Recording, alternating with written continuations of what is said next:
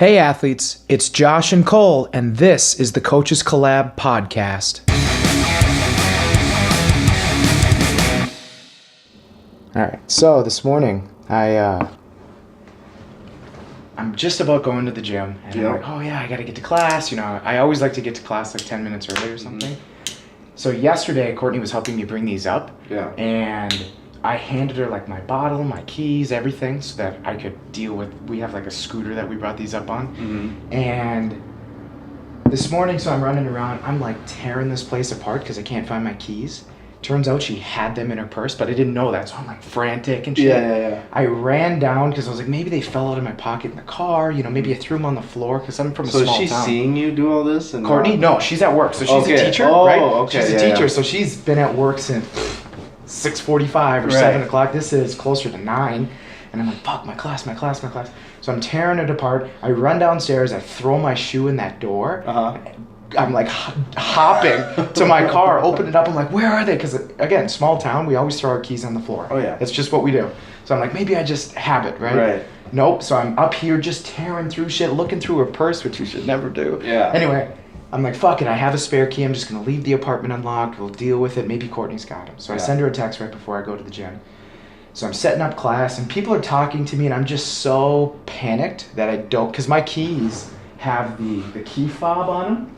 So to get into my apartment, right, you can't get in that door because it's locked. Yeah. So I'm just frantic. I'm still like. So you're still in that, just in that state of mind. For sure. That frantic. So when you get to class, and you're just carried over. I get to class, and usually when I get to class, because I'm 10 minutes early, there's maybe one person. There's 9 people in this class just getting ready. So you walk up right away, and you're like. I'm like, this is a big class. Here we go. Yeah. And I'm like, I have really nothing prepared. I'm technically late. It's, 8:59, and I'm like, I'm late. Whatever. Yeah, so, I have to be early. I hate rolling in like right on time. For sure. Right on time. I like to, I don't know, just be there and like. I don't know what it is. I just like to be there and kind of get used to what's going on. The coach should. Yeah. But I mean, just getting there ahead of time. So, because again, you walk in there right on time and you gotta pick up and go right away and turn it on right away. It's like I was so thankful that early. Only 2 of them were newbies. So in the last few weeks they've started. So the other ones were kind of helping out, doing the warm up, and I'm trying to get stuff set up. They knew something was up. Anyway, one of the regulars that has been training with me for over a year now. She starts talking to me, and I hear sounds, but I'm not listening. You know what I'm saying? I'm just like the parents in Charlie Brown. Oh yeah, right. But I get this message back from Courtney. Oh shit, I have your keys. Okay, I'll come get them. When I'm on break, no big deal. And I said something like, oh, I'm sorry, I'm preoccupied, but now it's all good.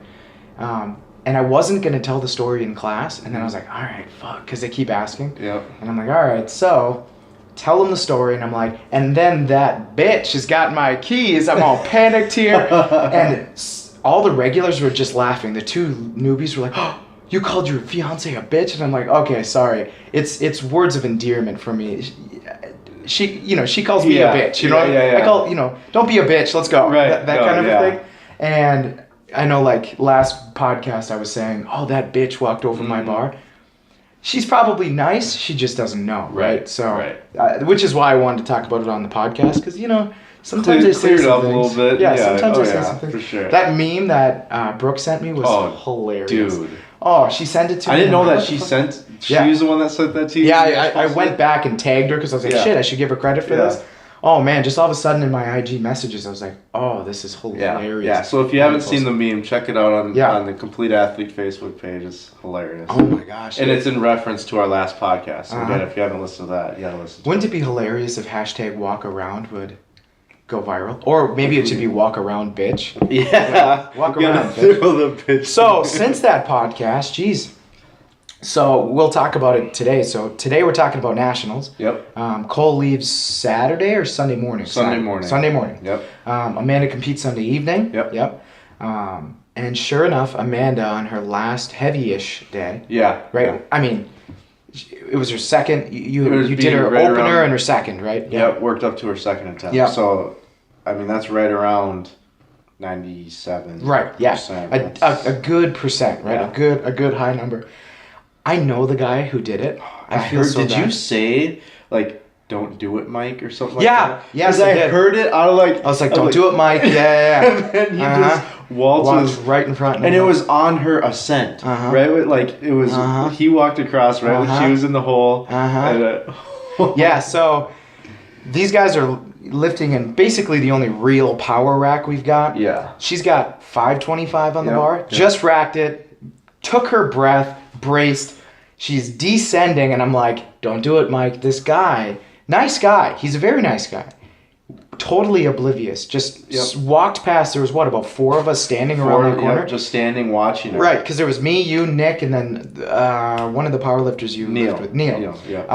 Walked right through us. And I'm like, fuck. So 525. She comes up fine. Yeah. You could tell it did kind of throw her off. Oh, for sure. Her now you just got the bitch word. That's all right. No, her butt shot back a little bit more than it usually does. But so you could tell it made a difference on her lift. I mean, granted, thankful that it wasn't like a PR or a 1 rep max or anything. It was something. And still, by the way, it's a world record, American record. It's over the world. Yeah, it's over the world record that she's training on. But it was just ironic because because I mean I hadn't really seen you since we shot the podcast, and then you come over and of course someone walks right. It's just the most ironic thing. Right. And then I heard you. I thought you said that. Don't do it, Mike. I just pictured you like outreached arm, like reaching towards. He was Mike. He was from me to the lamp away, so about 10 feet away. By the time he was rounding the corner. Don't do it, Mike. But you know what? What's worse, walking through or just stopping right where he would have stopped? Walking through or stopping is definitely worse. I think. Yeah, I think walking so too. Through, it's distracting. Yeah. If someone were to stop. Oh, so if he would have heard that and stopped right in front of it. Yeah, that'd it's been like, terrible. wow, thanks, Josh. That's my fault. Yeah. But yeah, I mean, so she still went through the squat, and I'm like, holy shit. And then she comes back up, and she was pissed. You kidding me? Are you kidding me? Yeah, that was, but you know what? Justifiable. I mean, 525, that's no little weight. No, and not at all. And when she came up and she made the lift, she made it look pretty easy, and I was like, well, as her coach, I'm not really mad at that because pretty much everything that could have gone wrong went wrong. She wasn't feeling good that day. Right, she did say someone walked right in front of her during the squat, and she was still able to hit it. So that gives shot me back a little that bit, gives me a bunch of confidence going into the meet that's something that's a way that she's done. She looked like she went into the hole faster than she typically does, and so her timing was awful. So many things went wrong, but she did it so well. So it's not like she came up onto her toes or anything. Right. So I think that was a good confidence boost for all of us. For sure. So we'll talk more about Amanda in a second. I've got a whole list of stuff I want to talk about today. All right, interview time. You ready? Yes, sir. All right, let's talk about your programming, your own personal programming for yourself. So back when I was hurt, I was kind of deloading because I was hurt. Mm-hmm. You were deloading because you had just finished like a 20-week program. You just peaked. Yep. What have you changed from your last program to this program? So currently I am injured, so I've been training injured. So I don't really have a strict programming right now, but he did arms the other day. By the way, and I wore a cutoff. Dude. Oh, I know. I rarely wear a cutoff. You can see his arms. Yeah. So and I don't ever really biceps are something. If I'm super bored, then I'm like, I'll go curl something. I guess. But no. So prior.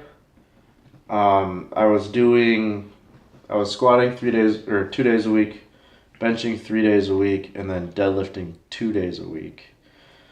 So that was a lot. And then after I had peaked, because I mean the weights were getting super heavy, and I was kind of feeling my body getting a little beat up. So after I had finished that phase, when I started this next phase that I was doing, and then I got beat up. Mm-hmm. I took one of the deadlift days out. Okay. So that just helps with my recoverability for squat and then just for deadlifting itself. Right. So I took a little bit of volume from that secondary deadlift day and threw it in with the one deadlift day that I do. So I just add a little bit more volume there to try and compensate a little bit, because if you cut volume drastically, then you might see a little bit of your lift go down a little bit actually. So in order to prohibit that, I threw some more volume in that one deadlift day, but other than that, if it's working, I mean, it's broke, don't fix it. Yeah, right. So if it's not broke, don't right, fix it. yeah. So what have you been doing with your pecs? So I know you benched like something measly for you the other day, but have you been doing other accessory lifts to keep it up? So as far as injury protocol, what I've been doing is super simple stuff. So I cannot deadlift without flaring up. So I have 2 injuries going on right now. I'll give you a little background.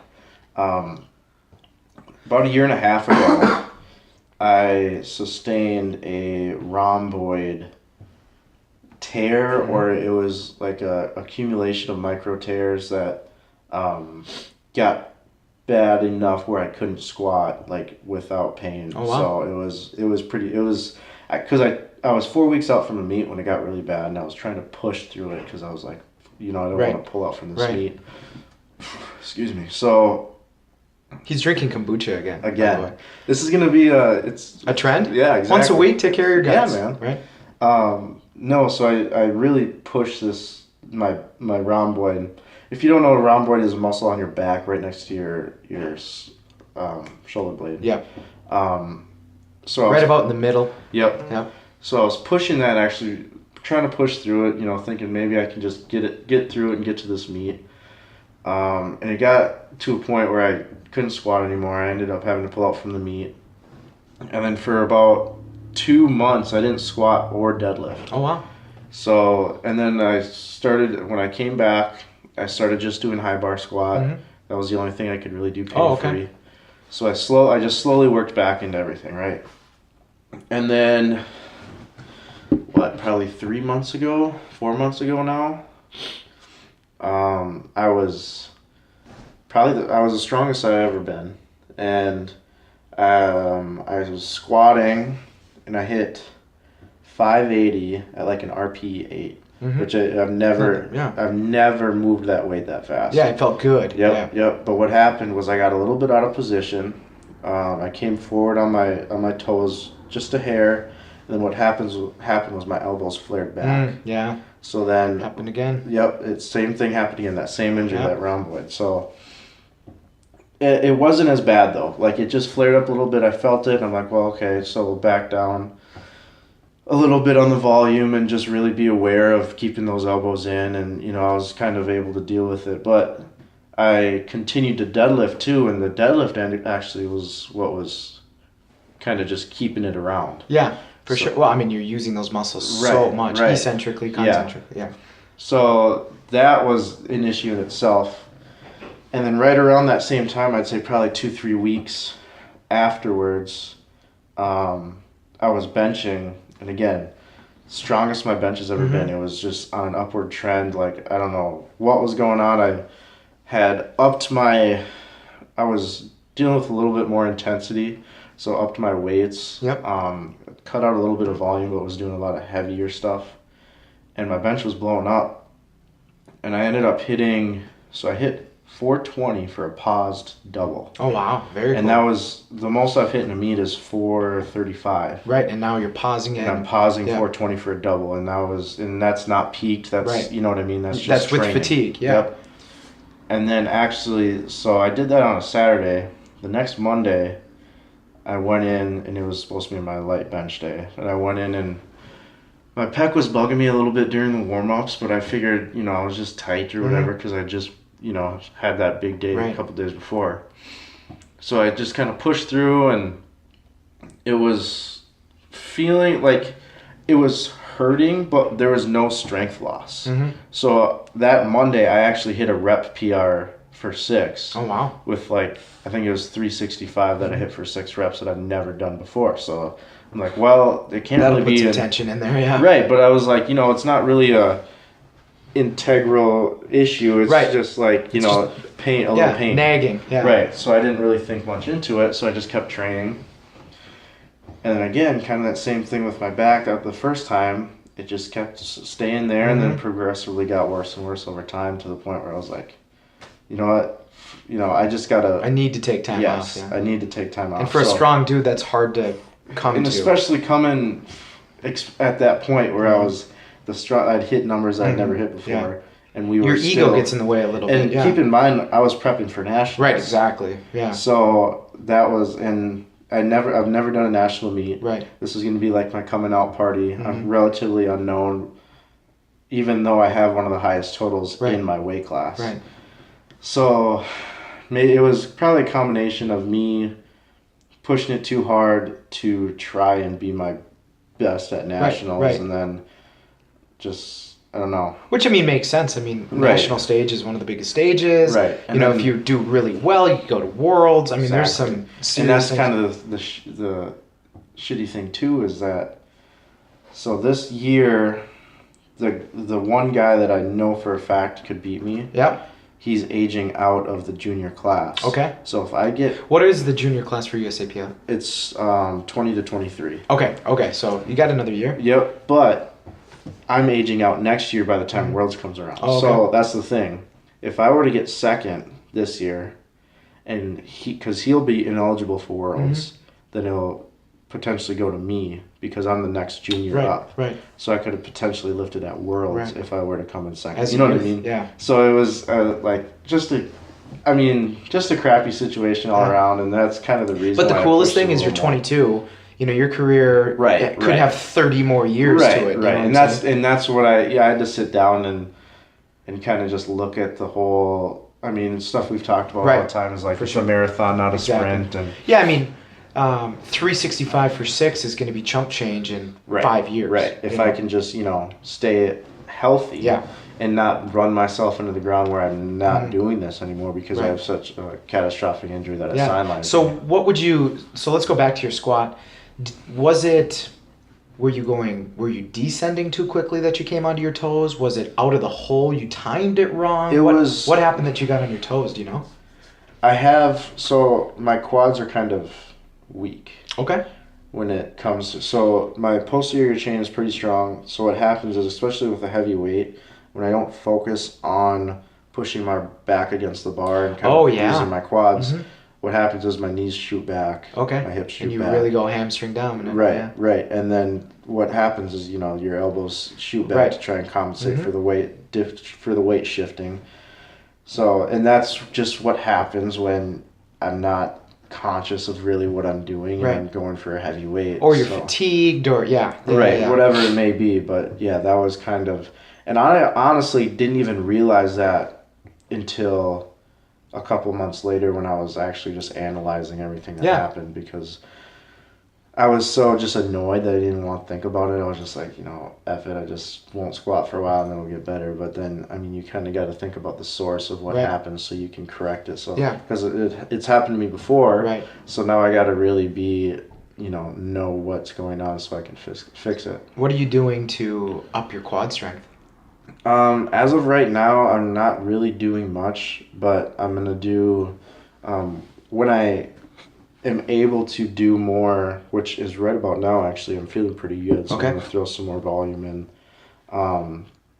There's a member at the gym, Brad, who has a safety squat bar. Oh yeah. I'm going to start doing some of that just because I think that carries over a little bit more Yeah. to powerlifting than just a plain old front squat Right. does. Are you in a pretty high volume phase right now? No. Okay. So super high intensity. Super Yeah. low. Yeah. Once you super get low back to volume. higher volume, I'll show you how to belt squat.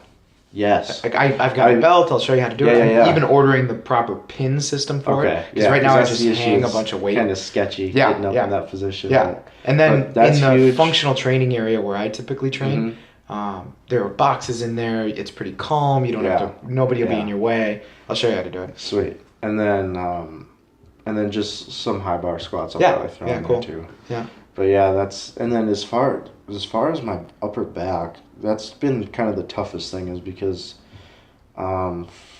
I've had some neck issues in the past just from wrestling and stuff like that, and I have this condition where my cervical vertebrae, they're supposed to be like a natural arch to your like head. your lumbar. Yeah. Right, and mine's completely straight. Oh wow. So what happens is my neck and shoulders are bearing the whole weight of my head. Yeah. Whereas that curve in your neck is supposed to kind of displace that a Right. little bit. Right. So I've always had this just stupid thick neck because I've always had to deal with that. Yeah. And what's happened is my traps have just overcompensated for everything. Right. So my traps have overcompensated for everything. So it hasn't allowed my upper back, my rhomboids, to develop. Right. So when something like that happens, my rhomboids are the first one to go. Right. Yeah, because they're weak. Because they're weak. Yeah. That eccentric load gets them right now. And I tell you what, I'm literally walking around, like, I just carry myself, my traps are always tight. I'm always carrying my shoulders up a little bit. So I've been consciously pulling my shoulders down, you pulling your scapulas in, my scapulas in. Do you do farmer carries or? Not really. Okay. Not really, but I've been doing a ton of, because I physically cannot activate my rhomboids. I have a difficult time. Yeah. Because my traps just take over everything, and it's for whatever reason, it's hard for me to make that connection. So I've been doing a ton of band stuff. Good. Just band gonna say pull aparts. that thing right there. Yep. Crossover symmetry. Yeah. So that's been good for me, is just really something that's very light, but there's a little bit resistance, so I can really feel my scapula retracting and that rhomboid pulling that thing back. Because otherwise, and I'll catch myself if I'm not paying attention, I'll get a trap pump. Yeah. I'm like, God damn it. You know if you're just going through the motions. Yes. Which is so important for people who are doing rehab and prehab. Mm-hmm. Even if you have somebody standing there watching you, if you're just arbitrarily doing it because it looks right, doesn't mean you're doing it right. No, you can screw yourself up big time. Intent is everything, especially when you're doing rehab stuff like that. If you, like you said, if you're just going through the you're going to get out of it what you put into it. So there's no, if you're just going to, la-di-da-di-da, don't get through this, you're not going to get out what you should get out of it. Are you training tomorrow? I might. Okay. Do you know about when, if you do? I don't know, 4-ish probably. Okay, because what I was going to say is, right before you train, I should be home. Let me run you through the crossover symmetry. Okay. So just stop by and I'll show you that. I'll show you how to jerry rig it at the gym too, so that you can just use bands there. Yeah. But this thing puts you through not only an activation phase, which is what you're looking for. Mm-hmm. There are some exercises where it's all about just retracting your scapula, and there's so many cool things to it. And then there's also a strengthening aspect to it that I usually do at least twice a week. Yeah. Why don't you explain a little bit what you're doing? So crossover symmetry, I too, so when I do my snatches, clean and jerk, something like that, I came into the sport pretty late. I mean, being in comparison, in comparison to being 7, you know, I was the martial arts that I did in the past. I certainly had good mobility. All the self-defense stuff I did help, putting my arm behind my back all the time. Right, or someone else forcing. That's what I mean. Yeah, just throwing me to my face and locking me up. But it's the same problem you have. It just doesn't activate. It's not that I can't get into position. It's just that when I'm in that position, I can just be slack because I'm so comfortable just letting everything relax. Because especially when you're a throwing dummy, you just got to be totally limp. So what it is really, I have the at-home version. There are 2 belts that go around a door. Mm-hmm. And then there are these bands that clip in, and you literally cross the bands over, and you're doing different rowing exercises, lat pull-downs with retractions. There's so many things that you do, and I've been doing it for about 2.5 weeks, and I'll do a more extensive video on this. So I always had a lump in my pec, gone. Really? Yeah, my posture is a lot different. I've always had pretty good posture, but I almost feel like my shoulders just sit in a different position now. Right.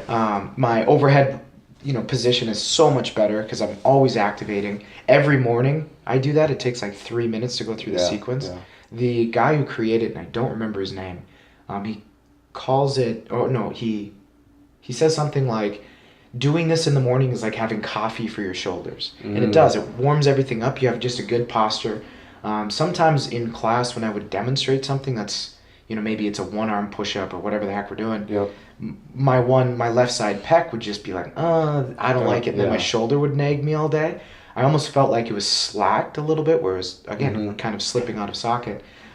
It totally has fixed it. It's so cool. I don't know if you need to spend the $150 on it, but I did because I said to myself, if I spend this $150, not only can I do it at home, but I spent enough money on it that you're going to use it. Exactly. Yeah. I have to use this. Yeah. I have to get my money. You invested enough into it. Exactly. I better use this. Yeah. So tomorrow, if you are going to train, let me show you that. I think you're going to really like it. Yeah, because that's going to, and I've been doing, so I do a little prehab circuit that I do and I have to do it before squat and bench, because Smart. if I don't, a lot of people don't know that squat is actually pretty tough on your shoulders, especially a low bar squat. You put a lot of tension up there. It'll jack your bench up. Yeah. So if I don't do my little prehab circuit where I do 2 different types of band pull aparts, and then I'll wrap the band around my back and put it in my hands and do kind of like band push-ups just in the air, and then I'll drop down and actually do push-ups. I'll do that a couple times through, and if I don't, when I first get under the bar, I'll actually feel that pec tight, and it's like, and it's a difference between, you know, just being tight and, you know, eventually getting it loosened up. But I could feel it, a little twinge there right away. And I'm like, you know, I didn't do my little prehab. I better hop out from under the bar. Well, it's cool too, because if you're activating all of those posterior muscles, it's kind of pulling your shoulders back. In a way, you're stretching your pec, but you're stretching it in a way where you're not just throwing your arm up against the wall and cranking on it. It's soft, and it's over a long period of time, it'll just fix itself, which is really nice. And it's smart that you're doing it that way. Yeah, and I mean, it's I've noticed a difference. And like I said, I've been feeling good enough now where I think I'll throw in another squat day and maybe another bench day during the week, because it's been a long time, but I think, you know, my body's feeling good, and I kind of had an epiphany yesterday, and I'm like, you know what, I don't really feel any pain right now. That's good. You know, and it's been a long time since I could say that. Right, knees always hurt. Hips, back, shoulders, something. And these 2 injuries specifically, I was just like, you know what, I'm not, like, they don't really hurt. So, you know, and I hope I've waited long enough. It's always kind of that, you know, you never really know when you're ready until you kind of just push it a little bit, and then you kind of react on how it. Well, and that's something good too, is that you've still been going through some of the ranges of motion. So many people, when they get hurt, they just lay on the couch because the doctor tells them 6 weeks before you can do anything crazy. But there are some really low load-bearing things that you can do. I mean, when I got hurt, I was in the pool every day. Yeah, and that's the thing. Mark Bell always said this, and I think it's so true, is like, you have to focus on what you can do, not what you can't do. Yeah. And I think, especially for me, these 2 injuries have been possibly more psychologically damaging than physically damaging, just because it's, I mean, like I said, when I'm, you know, I've had all this momentum going, I'm feeling really good, you know, I'm getting my prep ready for nationals, and then boom, basically my world comes crashing down, and you have to really take a look. I had to take a look at, like, hey, why am I doing this? You know, if I can't come in and squat, bench, and deadlift, then, you know, why am I even in the gym? And then you have to... A little addiction. You have to really look at, like, hey, you know, is this a thing that you're passionate about? But it was good. It was good for me to kind of take a step back from everything and kind of reanalyze why I do, you know, lift weights, and, you know, why I do everything. But it just reassures you that this is what you want to do. It's just a little setback. And it was fun. Like I said, I went into the gym with a freaking cutoff. Doing arms. Yeah, I was doing arms. Like, I hadn't done that since you're enjoying yourself some more. Right. So it's good to always have that balance, you know, when you're constantly chasing numbers and trying to get stronger, and every session is super intense. It can wear on you, and that's not necessarily healthy, as when you're doing that all the time. So and it's such a habit that when you fall out of habit, it's I can't, what? Yeah. You feel lost. Yep. So it's been good and it's been bad, and, you know, I think in the long run it's helped me. Yeah. Oh, for sure. And it also helped because you're doing this banded circuit Right. that should help prevent you from getting hurt in Right. that same way again. Right. And also help me relate to athletes who are going through injuries as Exactly. well. So. Oh, you have shoulder pain? Here, let's try this. Oh, it's gone? Hey, let's make this part of your normal thing. Exactly. Yep. Yeah. And I assume you use a slingshot around your knees, you warm up your hips. I mean, same deal. Warm up your hips, warm up your shoulders. They're a similar joint. You should do it. Yeah. There's so many muscles that work with and your hips. You should do your shoulders anyway. The hips, for me, just because I've been squatting for so long, that it's funny, my hips, I have the just exact mobility to do my squats. Just squats. Anything else, like, they're trash. But if I can achieve that good squat position, and in the last couple months I transitioned into squatting in flats rather than a raised heel. Oh, cool. Because my mobility actually got to a point where I mentioned that I have that issue with coming forward a little bit. So the heels were just kind of exaggerating that. Yeah. So I was like, there's a time there where I wasn't seeing much progress with my squat, and I'm like, And I would watch, videos from the side and everything. My bar path was just crap. Because it would probably swoop forward and then swoop. Well, it would come down straight because I would make sure that everything would come down straight. And the second I activate to start my eccentric, it would just go. Yeah, exactly. Yeah. It would loop up and then come back. So I was like, I actually went over to the South gym because it's nice to sometimes go to a gym where you don't know anybody. So I was able to I warmed up and I threw 315 on. I'm like, you know what? I'm just gonna figure this out. I don't care how many reps it takes me. Let's do this. So I was squatting with my squat shoes, and then I just was sitting down in between sets. I'm like, just thinking logically, I'm like, well, if I have issues going forward, why would I have a heel on my foot that's going to be pushing me forward? So then I literally just took my shoes off and I squatted barefoot the next set, and it felt, night and day. There you go. So plenty of powerlifters squat flat-footed. Right, right, and then and that's where I think my mobility got to a point where before I needed the heel to kind of get down there, whereas now I don't at all. Yeah. So, yeah. That and you gain that mobility through motion, not just stretching. Just constant. You can do all the stretching you want, but if you don't actually do like functional movements with it, then it's like. Well, what I'm always scared of is so many people are, especially in the CrossFit world, their only concern is increase my mobility. It's terrible. Yeah. Are you sure it's terrible, or are you tricking yourself? Like, my mobility is beyond what I need, and that's good for me. Because if I need to save a snatch, hey, I can rock back a little, rock forward, I'm fine. But so many people think if I increase my mobility, I'll do better. You're more likely going to get hurt. Yeah. Because you're slack. You're in ranges of motions you really can't control. Yeah. Back in martial arts, we used to just rip ourselves open. Yeah. Just to, maybe one day I can kick that high. Right. It's sometimes not smart when you're load bearing. Yeah, and that's the thing is like more isn't always better. Yeah. So injury, how do you do anything specific for just general recovery? So like when you finish your workout, are you just done? Just go home? Yeah, for me most of the time, even though it's not probably what I should do, but when I was in the middle of my prep, so everything was, because now my training is a little bit less serious. Yeah. I've just been busier in day-to-day life, so but usually I have accessory stuff after my workout, which kind of gives you that cool down type, aspect of your training. So, but I don't normally do any rehab stuff afterwards, which I maybe should hop on a bike a little bit or something. Or, I really don't either. Yeah. In the colder months, I'll jump in the sauna. But so I went through a long period of time where I would stretch afterward. I would hit these certain stretches, and it goes back to that mobility thing. It's almost like it opened me up so much that the next time I couldn't pull in all of that slack. Yeah, and I think for me, like I said, I have the mobility to achieve what I need to achieve in the 3 lifts that I perform. Yeah.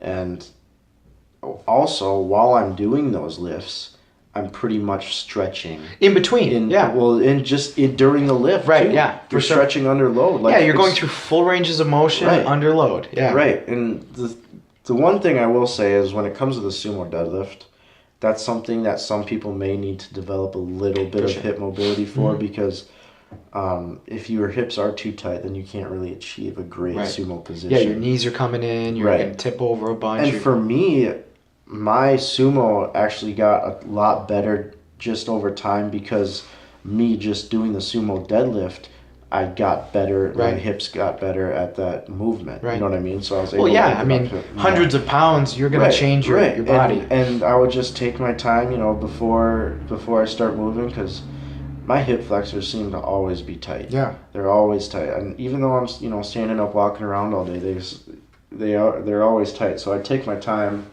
before I deadlift and really kind of sit down, and even I'll have 135 on the bar, and I'll get into position and just really focus on opening my hips up and pushing those knees out. And but as far as stuff after the workout, I've never really done anything. When we play college football, we would stretch afterwards, but For me, I don't really see that. I don't really have a bunch. Right. I don't see a bunch of benefit from it. Yeah, for me, I'd rather come in the next day Yeah. and do some active recovery Yeah. because I don't Beforehand. think right. Or just if you're super sore from the workout, come in the next day, do some bodyweight squats, go through just like a light bodyweight workout. That's I think you'd see a ton more benefit from that than anything that you could do after the workout that you just did. Yeah, yeah. So sometimes if maybe I did snatch, clean and jerk, and squats on the same day, which happens so frequently. You're crazy. Well, sometimes I throw in deadlift too. You're an animal, dude. So if I have 4 exercises that I do, that's right, just 4 exercises, not 14, I might foam roll. But I'll foam roll 2-3 hours after my workout. Maybe I'm in a class at the end, and I get everybody to foam roll together. Because usually they go through a brutal one. Hey, let's just do this. But sometimes I'll take a bath. But most of the time when I'm done working out, I'm like, I feel good. Right. I'm not going to just be stagnant the rest of the day. Right. The best thing you can do is like maybe, you go home and you're sitting around for a couple hours, get up, go for a walk, but stay moving a little bit. Right. But like the best thing you can do for recovery is go home and eat. So I was just gonna bring it up. So Joe Rogan just had Conor McGregor's coach and George something from the UFC. Yeah, John Kavanagh and George Lockhart. So for years now, after my workout, I've done something fast, a fruit, and salt. Which is exactly what he was talking about. But he also said caffeine. Yeah, that's what. Yes, So I've heard. So Stan Efferding talked about it in the past. Andy Galpin has talked about it in the past. Pretty new research. That's the thing. Yeah, and it's kind of counterintuitive, right? Oh, because it's so catabolic. You think, and you would think too is like after my workout I'm exhausted, but it's okay to be exhausted because I'm done with my workout. Exactly. So, I'd rather take a nap than caffeine. You know what I'm saying? So what we're talking about. So your body when it's all done, and we're talking lifting here, not necessarily endurance type stuff. So if you're doing any classes with me, you're seriously lifting weights. You're not just kettlebell swinging 17.6 pounds. There's after your workout, you want to replenish what we call glycogen, which is the sugar in your muscles. It's what makes your muscles look round and full and blah blah blah blah blah. It gives that muscle energy. So there are some pathways in your body that can shuttle that energy. Salt is like 2 of them that helps shuttle carbs into your muscle. The type of sugar you take, fructose or dextrose, so like candy if you really want to go, but I usually do white rice. Turns to dextrose so quickly. White rice and then fructose is any... Yeah, I'll do like an orange or 2. So a few of the energy pathways are using fruit, and a few of them are using like rice or people like Sour Patch and stuff like that. It's basically high glycemic carbs. On a scale of 1 to 100, it's 700. You know what I'm saying? Don't do this, but drink a soda or that kind of stuff. I've lately been doing kombucha. After? Yeah, because some days because they're expensive enough that I'm not doing it every day. But on a really hard day, so there's about 16 grams of cane sugar in it. Then I have a piece of fruit. There's a little caffeine in it, about 80. That's not a bad... You know what I'm saying? Yeah. And then maybe a 1/4 teaspoon to a 1/2 teaspoon of salt, and I'm good. Plus, you get the probiotics because your body just went through hell. Right. You're going to be inflamed. You're helping out your colon. So I take it one step further with kombucha. I don't do it all the time, but again, I'll do rice, fruit, salt, and now I just ordered them. I'll start taking a 100 milligram caffeine tablet.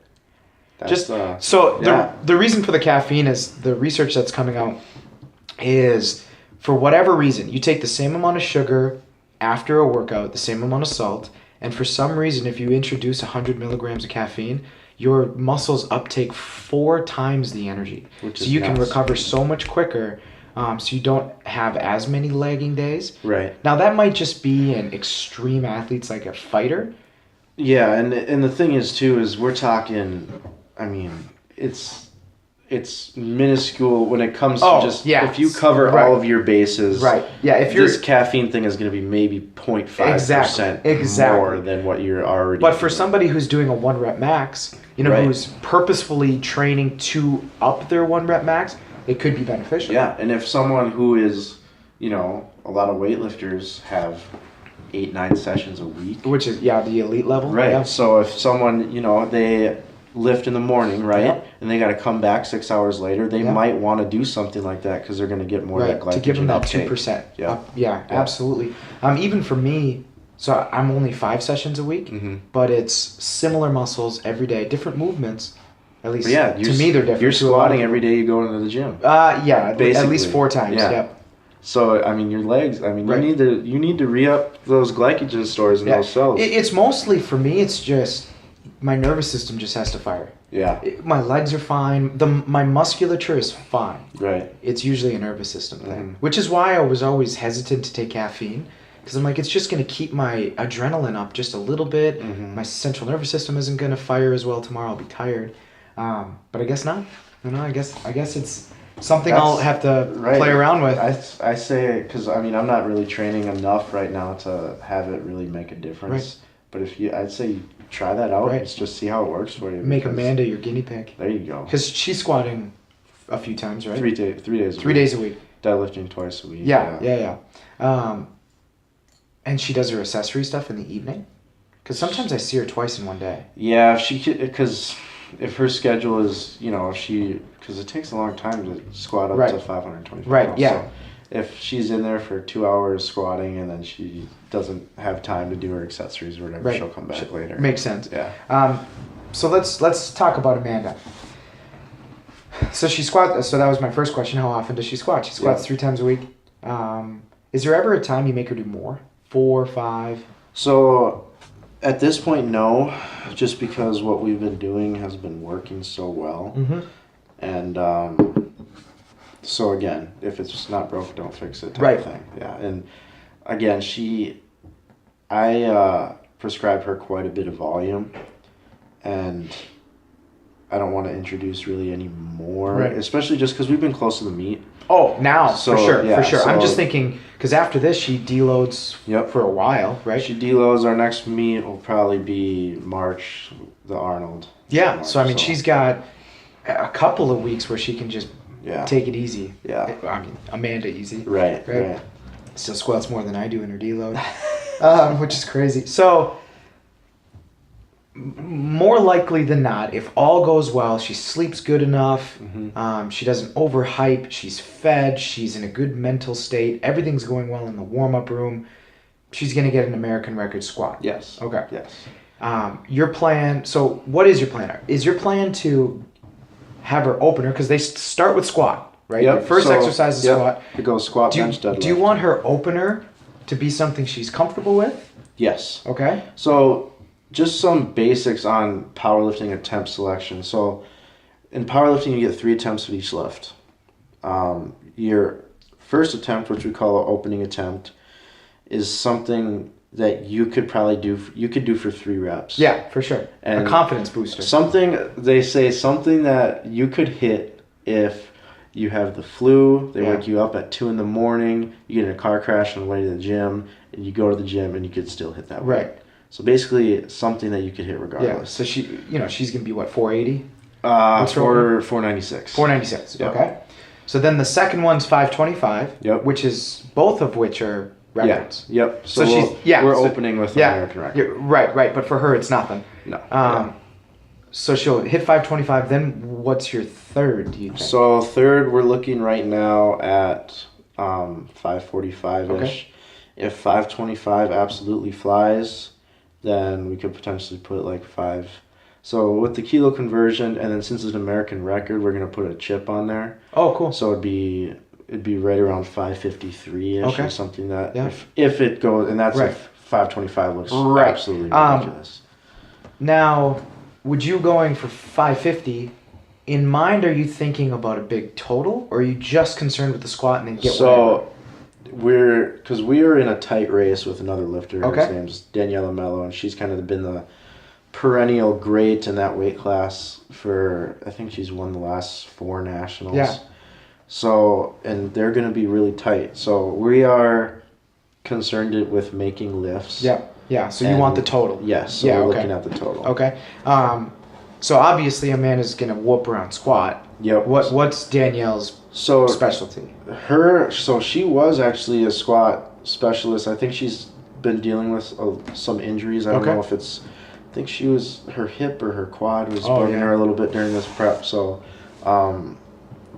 Amanda was chasing her squat like this past year, and then the prior year, and then last year at nationals, Amanda broke Daniela's American record squat. Right. Cool. So she was chasing her on that, but Daniela has a phenomenal bench. Oh, okay. Yeah. She in the threes, I assume. she hit 300 in the gym last week. Okay. So that's what's going to be interesting, right? Is because if she can hit that bench. if she can hit that bench, then that potentially kind of closes the gap that we got in the squat. Right. Because I'm thinking Daniela will squat low fives. Okay. Which is still absolutely nutty when you think about it. For sure. She's a 180-pound woman. Yes, yeah. But I mean, maybe that could potentially fire up Amanda a little bit more if you do go for 553 or 545 or whatever. Yeah. So bench, I know, is Amanda's third best lift. Yep. Right? I mean, are you going to go broke just on deadlift like a lot of people do? Yeah, so the biggest thing, like I said, is we want to make lifts. Because if we say, the thing about powerlifting is if you miss a lift, then that's a ton of poundage off of your potential total. Mm-hmm. So, if anything, we're going to play it a little conservative just so we make sure that... On bench you're talking? On squat and bench. Because I know Amanda will have 545 on squat. Yeah. Bench, we're looking at right around 250. Mm-hmm. Which puts Daniela at a 50-pound advantage. Right. Assuming she can only hit what she hit in the gym. Right. Who knows with the peak what she can do. Exactly. Well, and also her, the pause was a little iffy fast on the lift that I saw. So, and I mean, like you said, but you also have to consider weight cut. True. Do you know what she walks around at? I don't. Okay. What does Amanda walk around at? Training, we kept her right around just 3 pounds over her weight class. So it's gonna be simple. Yeah. So it's just light breakfast. Simple water load, awesome. and then we'll be able to hydrate that easy. Yeah. So. Yeah. A little salt, a little sugar, a little water. Done. Yeah. Oh yeah. Easy money. 3 pounds, that's smart. Because I've known of people that they're 15 pounds and they're like, hey, I have 2 hours to rehydrate. Are you kidding me? It's weight's got to have to feel so different. The thing is when you pull that much weight out of your body, your leverages change. Exactly. Yeah. So your anatomy is different than it was during your center all of those gravity weeks is of training. Exactly. So that's why we really wanted to focus on keeping her weight as close as she comfortably could. Just because that's one factor that we don't need to worry about. Right, yeah. Because then what's really tough, too, is let's say you want to cut, you have to decide, okay, do we cut in the high volume or the peaking? Mm-hmm. How are we going to do it? How is she going to feel? How do we keep that weight off? Exactly. At least this way it sounds like she can have a few cheat meals. Yep. She can live life a little bit because she's close enough. And, I mean, with the stress of just training, period, it's hard to do. It's hard to, discipline is tough, dude. Yeah.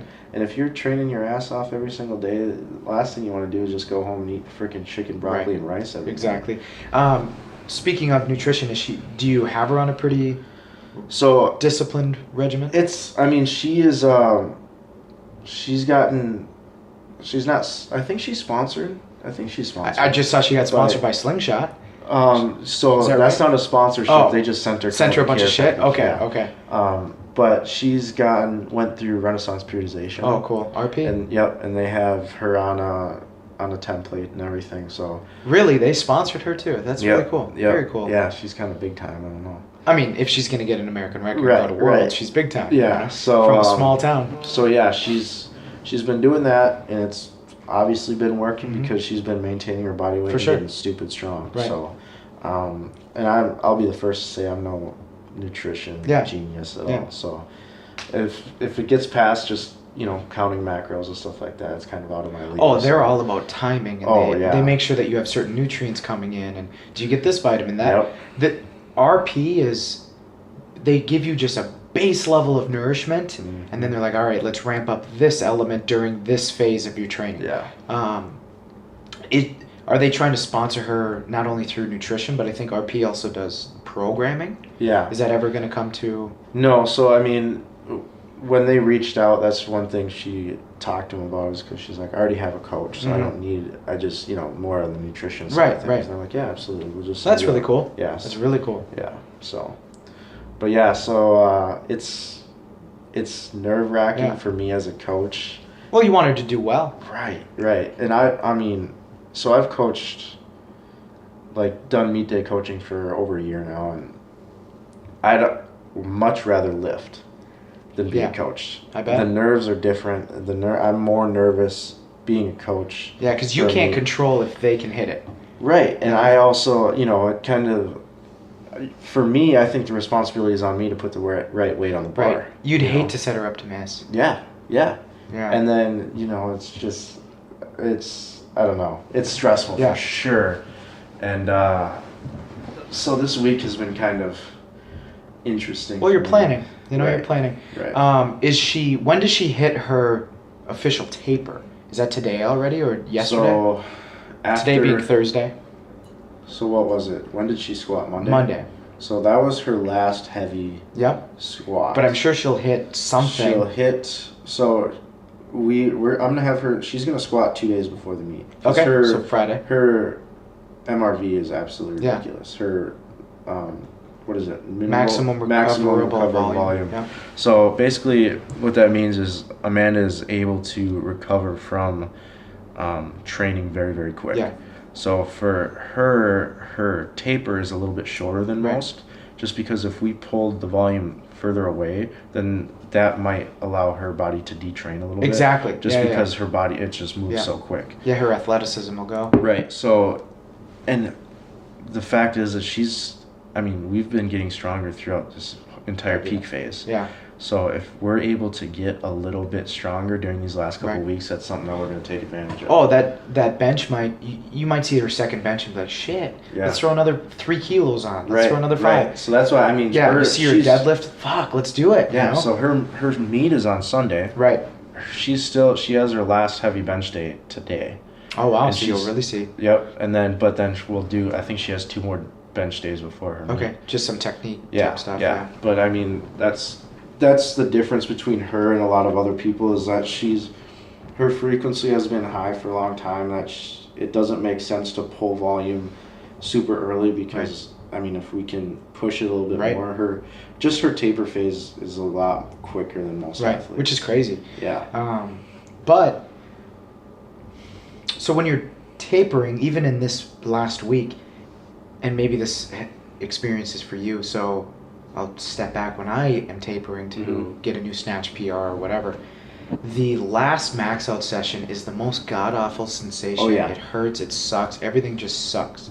Is that kind of how powerlifting is too? Yes. Just all of a sudden you just feel great that day? For some people. Mm-hmm. So for some people, it's kind of... It's almost disheartening. It's like, oh, this is going to suck. Right. And it's... For the powerlifting community, it's kind of even become like a thing on Instagram. It's like, oh, I feel like crap, so that must mean it's working. And for a lot of people, that is a fact, just because your intensity and your volume is coming to a peak at the very end of that peak phase before the taper. So you're gonna feel like absolute trash. And then that's where that, SRA. That taper comes in, and then they call it the rubber band effect, where you come back and you're able to hit numbers that you weren't able to hit before. Right. So let's say everything goes according to plan. She's going to Worlds. She hit a couple PRs. Mm-hmm. How does that affect her training? Do you base her training numbers off of training maxes or peak maxes? How do you? I know you do RPE, but is there hey, I want an RPE 8, but it's got to be at least this much weight today? Not necessarily. Okay. She has progressed so quickly that it would be tough too. Right, okay. Because her last meet, her previous meet PR is 496, and we're opening with that. Oh, which is sweet, yeah. Which is, that's unheard of for sure. Especially someone at that level. Right. So it's tough to just even set parameters, because that it may uncharted water. It may even limit her. You know what I mean? Oh, yeah, totally. If we say, hey, this is what the number we're basing. You should only hit 580 today. Right. There's 620 in the tank. Right. It's absolutely ridiculous. Right. So, it's been working, the system that we've had, which is basically come in, we'll warm up, see how you're feeling. I really kind of look at some of her last warm-ups, and we kind of chat and decide, what numbers we should work with that day, just depending on how she's feeling. How big of jumps do you do? She does some ridiculous sick jumps. Yeah. So 90, 90, 90, 90, 90. For squat, she goes 135, 225, 315, 405. Then she'll go 455. Okay, so she'll cut it. And then 495. Yeah. And then that 495 set is usually our gauging set. Yep. So depending on how that looks, that will determine our next jumps. Yeah. What a jump.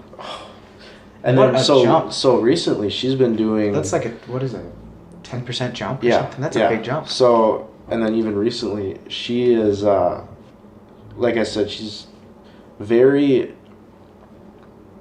I don't know, it doesn't make a lot of sense to me because I am kind of more of a analytical type lifter, whereas she kind of plays tricks on herself to make it feel good. So what she's been doing is she likes to go heavy, as heavy as she can without her belt, because she wants to make it feel as hard as possible. That's right. Yeah. Before she puts her belt on. So what she's been doing recently is she goes beltless up to 455. Oh wow. She doesn't put her belt on until 5. That's got to help so much. For me, it doesn't make any sense to me. Right.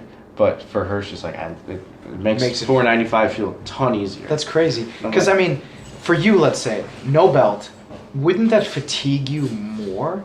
And then now you're putting the belt on at a heavy weight. You're not really because when you put the belt on, positions are different. Yep.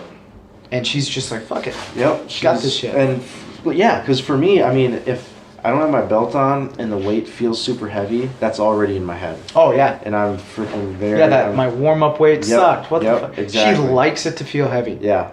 So because she knows when she puts that belt on, then it's gonna fly. Yeah.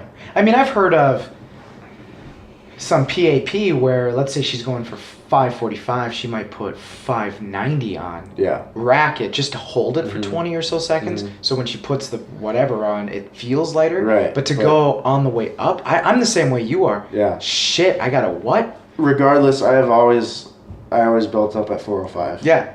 Yeah. And I mean, I have squatted over 600 pounds. Right. I was built. It's for sure. Yeah. Because I want it to feel as easy as possible. I don't want. I want to feel confident hard. going in, not like, all right, this is gonna be a battle. Yes. No. Yes. And then also, I'm a pussy. I want it to feel good. And then, kind of counterintuitive to that, she imagines that there's less weight on the bar than there actually is. Oh, this is only 350. Yes. Fuck, For me, right. I'm like, it gets me more hyped when I know there's more weight on the bar. Here we go. Yeah, for sure. This is heavy weight. You better get your. That's an interesting trick. Yeah. Because I mean, here's what I would say to myself. Oh, it's only 315. I put it on. Yeah. Right. Not 315. Exactly. Yes. Because instantly the it'll throw me off. For me, it always feels heavy. Right. So no if I'm thinking, oh, this is gonna be 315, this is gonna be kind of light, and then I unrack it, I'm like, nope, this is heavy weight. Then you have to take your step back, and you're like, fuck. Yeah, dude. Yeah. And she's telling herself, oh, this is gonna be.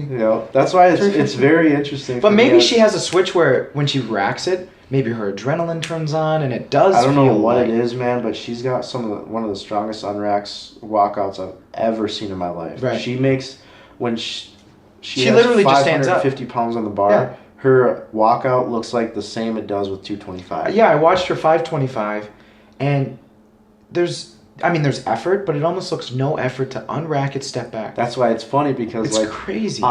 On Instagram and everything, people are always saying that she's using fake weights. Yeah. Oh, I bet. Yes, I bet we don't have any fake weights at that. She just makes it look so easy with the walkout. Right. She literally is leaning forward. She's inclined. Yep. She puts her one foot through, and before her other foot gets through, sometimes it's off the rack already. Yeah. She just must have. Whether it's the rack is at a little lower, so as soon as she gets into position, it is rising. She's just a freak. Yeah, she's just a freak. See, I gave up trying to explain it because she is just a freak. Yeah. She's an outlier. She is, and that's what makes a champ. Right. She's an incredible athlete, and it's hard to explain. You can't really. That's where. You can't teach that. No, and that's where a lot of these scientific studies and all this crap kind of gets thrown out the window. Yeah, because they're all for the average athlete. Yeah. Andy Galpin, I think, Yeah, it was the 2017 World Championship for weightlifting. He got some muscle biopsies of those athletes, so you can actually look at the elites and say, "Holy shit! Yeah, they got this different thing. Right. They got they're on new muscle fiber. They're on a different planet. Exactly. Their genetics are freakish, and here's why. That'll be cool when that comes out if it hasn't already. Has there been any difficulties? Training difficulties? Maybe she missed a rep or injuries, anything like that? So her hip and her knee at the beginning of this prep were kind of bugging her a little bit, but throughout everything it's been pretty solid. So I mean the momentum is there. She's confident in her lifts, and it's all looking like it could potentially, she's going to have her best meet of her life, even if she just hits her openers. It's going to even if it's just an American squat record. You know what I'm saying? Right. Which is technically a world record. Yeah. Even if it's just that, it's going to be killer. Right. It's going to be great. Yeah, so it's crazy because her prep has flown by. And I think also it's flown by because since I pulled out of nationals and I haven't been prepping for it, so I've been just kind of, coaching her obviously, but yeah, it's been ridiculous, just the whole series of her training and everything that I think is like impossible, like she just blows by. Which is great for you, right? Because that you're gonna change your mindset. Like, well, what the fuck? Obviously, it's doable. Here we go. Yeah, you know what I'm saying it's widened my horizon as a coach to be like because like I said, she's such an outlier that a lot of it isn't really applicable to a lot of my other athletes. But still, it's fun. But it's still fun to know that that's possible. How much coaching do you actually do for her? What do you mean? Like, is it every rep? Do you kind of just let her go? Does she? No, is she constantly hitting you up? She does a great job of. Her technique is pretty much. That's why her squat is so good, is because her technique is so great. So, as far as we've had to do a lot of coaching on the bench press, because when we started working together, she never really benched, and she was mad. She wouldn't bench because she wasn't good at it. But that's kind of why you're not good at bench, is because you're not doing it. So we did a lot of bench work, and her bench has come a long ways, and it's gone through a bunch of different phases as far as her technique and stuff. And we've had to experiment with what works and what doesn't. But this last prep, her last meet she hit 205, I think, and then just this week she was repping 225 for sets of 5. So it's the gains have been awesome, and I think that technique work for bench has a lot to do with that. Deadlift, when I first started coaching her, she was pulling conventional. She's not built for a deadlift necessarily, right? Especially which is why she sumos. Right. Yeah. So over time, and again, like I said, her hip has kind of bugged her off and on. So left side, I assume. Yep. Yeah. So we had to move her stance out slowly. So we went from conventional to almost like a frog stance. Oh yeah, conventional a little with your hands inside, just so barely. Basically, my mindset then was like, hey, your squat is stupid strong. Right. So let's put you in your squat stance. Basically. And just grab the bar. Go for it. Yeah. So, and then eventually we worked her out to where she's now is basically like toes to the bar. Yeah. Or toes to the plate. She's pretty long-legged. Yep. You know what I'm saying? So for because squats, you can tell, that's cool. You can tell because, during the squat, she maintains a pretty upright torso. Right. Yeah, for sure. Yeah. It's almost like she's high bar squatting. Yeah. It's, a little bit. It's kind of like a hybrid there. Yeah, for sure. But she's got such long legs, which, by the way, when a tall person says to me, you can squat more because you're shorter, fuck you, okay? I can deadlift more because I'm shorter. Yeah. You should squat more because you're taller, because usually leverages, unless your torso is just weird, super small or super long, whatever. Yeah. But if if you're 6'1" and you're complaining that I can squat more because I'm shorter, fuck you. All right? I'm sick of that shit. So let's go back to her bench. So you said, last meet it was 205. Now she's doing, you said 5 at 225, Yeah, right? yeah. So besides technique, is it her chest just doesn't drive? She's just never really used her pushing mechanics? Yeah. Because, she's only been doing this for 2.5 years. Right, yeah. right. It's definitely the latter. She hasn't really... And this is kind of my fault too, is because she's so good that sometimes I assume that she kind of knows things that she might not actually know. She is still green, right? Yes. So she actually was just not really doing some basic things that you should do when you bench, like just driving through your heels to activate your legs, your hamstrings, your glutes, and then just like packing your lats in and really keeping your upper back super tight. And the bench is such a technical lift that you could be benching for a long time and then just not be doing one aspect. Right. And then you include that aspect and then boom, jumps. Your bench just blows up. And I think that's kind of what... Still a learning curve. Right. And then she's been able to develop a little bit more arch. Yeah. Which I think has helped as well. But again, I think the leg drive thing that she's kind of figured out as of late.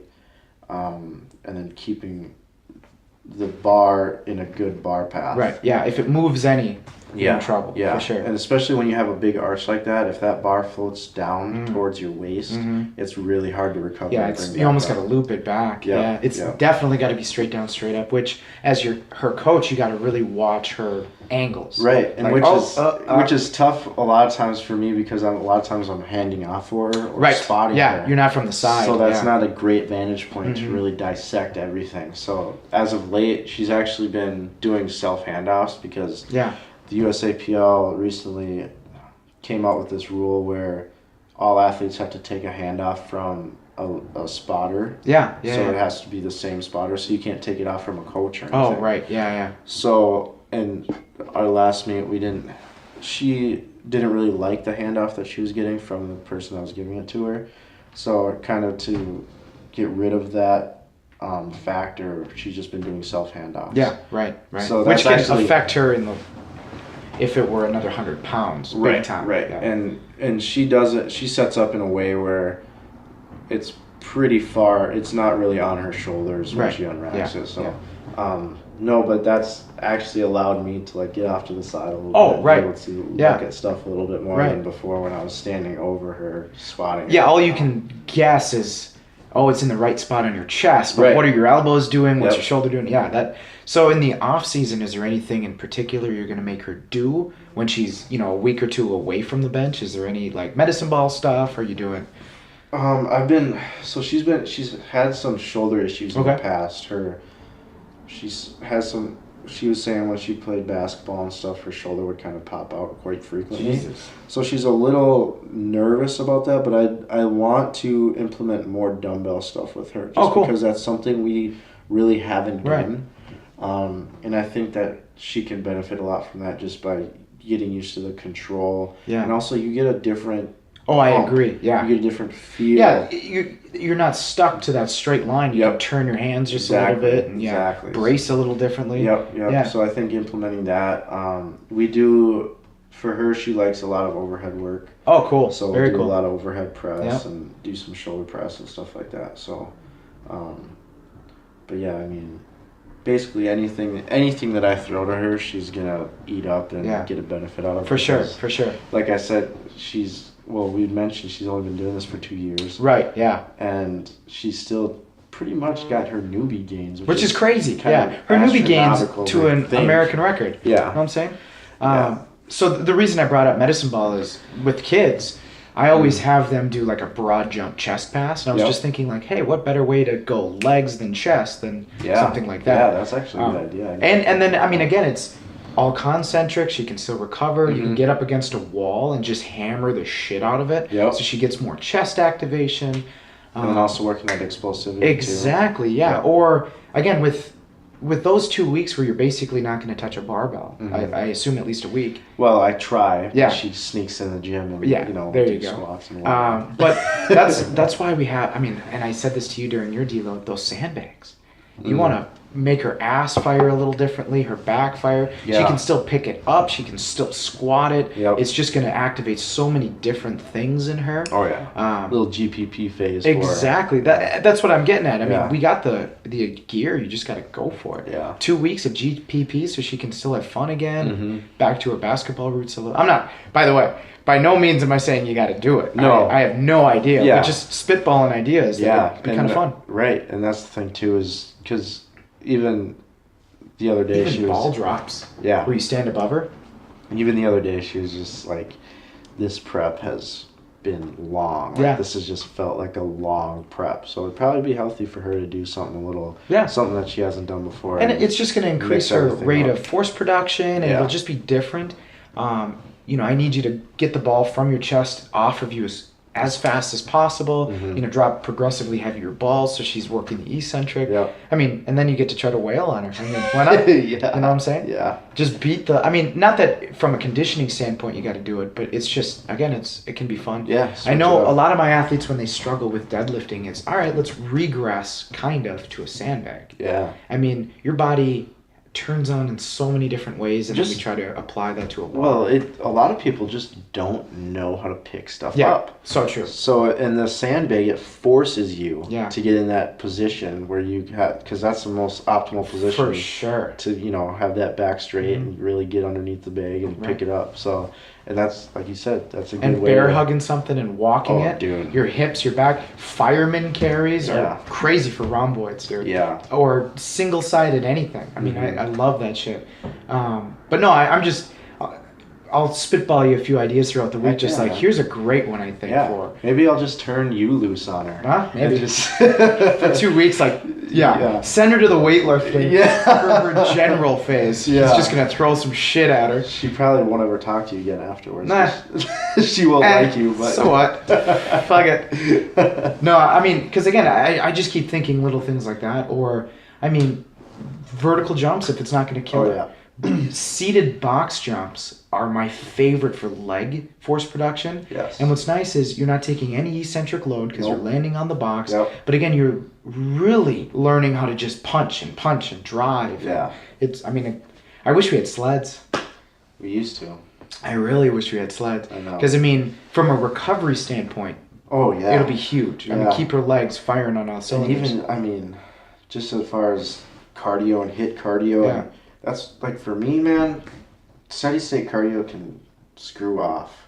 And steady state cardio is the worst thing I think in the fitness industry. Yeah, Like just steady state, boring Right, ass, just 50 stay- minutes of, just even like Yeah. people just I don't know how people do like a half hour on the stair step. oh my god. Like At I- the same rhythm. How boring. I don't know if I'm just super ADHD or Yeah. whatever, but there's no way Right. I could be on there for a half Right. hour. I want it to hurt Well, and like be quick. hard and fast, I want and it then to hurt. yes, and then at Push the a end- sled 200 feet. Yep. And throw up. Yep, exactly. Uh-huh. And then you're not spending 30 minutes. You No. 10 minutes.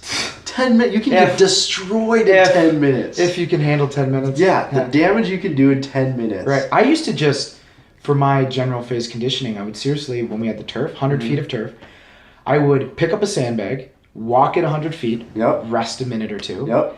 then huff the sled, but I'd run it backwards. Yeah. My legs would hurt so Oh, goddamn dude. much. I'd do that 3 times, I'm done. Yeah. What I was doing, and I got away from it, but I might get back into it now. I'm feeling better.